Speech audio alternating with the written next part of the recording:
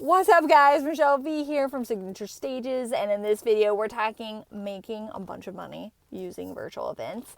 And I want to outline one of the big mistakes that I see people make that keeps them from making bunches and bunches of money. Because if you haven't heard me tell this story about how we lost $1 million during one event, this is why it happened, okay? Because a lot of people, some people are like, yes, let's do events. And then they do this amazing job of getting like 200, 300, 500 people, 700 people to show up at their events. And they're like, man, if I could just get more people at my events, then I'd make more money.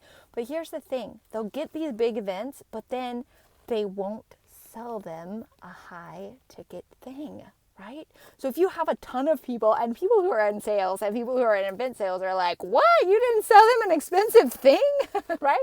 Because if you get people at your event and they love you, by the way, once they're there, and you do a great job chatting with them, then guess what? They're going to want to buy something from you.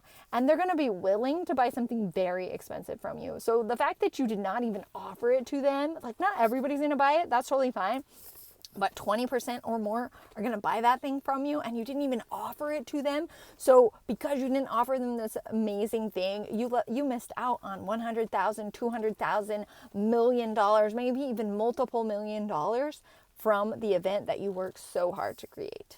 So I'm going to give you an example. In the past, I've talked about that $1 million failure, which we can go over that again. But in this video, I wanted to give you an example about why, and motivation about why you should sell something super expensive at your event, why it's going to serve them as well as make you buku tons of money. Okay. And I often use this analogy of the vacuums. You know, guys, do you like vacuums? I got this Kirby vacuum analogy that I love to just beat into the ground, but I think it's just so great because if you understand the Kirby vacuum, it's this really expensive vacuum that people go around and salespeople go around and they do an event, a miniature event for people to show them all about how amazing the vacuum is and all the bazillion things that it can do. And at the end of the presentation, then they offer them, you know, hey, do you want to buy this amazing vacuum? And then by the end of the presentation, if the salesman did a great job and answered their objections, then the person's like, yes, I definitely want to buy that thing. Okay, so it is like that. It is like here's the thing. It would be like those vacuum people who go into their house and give them this huge demonstration about how amazing this vacuum is, how it's going to make your life so much easier, how it's going to keep your house clean and the air clean and so many other things. And then at the end of the presentation, they're just like, cool, yeah, we've spent so much time making this vacuum and we've got it all dialed in and we've totally figured it out. It's awesome. You should go out and make a vacuum like this, right? I mean, that's essentially what you're doing in your event. If you go out and you give everybody all these amazing tools and you tell them all this thing and you're like, well, we've got this program, you know, I've got this program, or I could offer you this program where I could help you like get this result and take you through it and just do it all for you.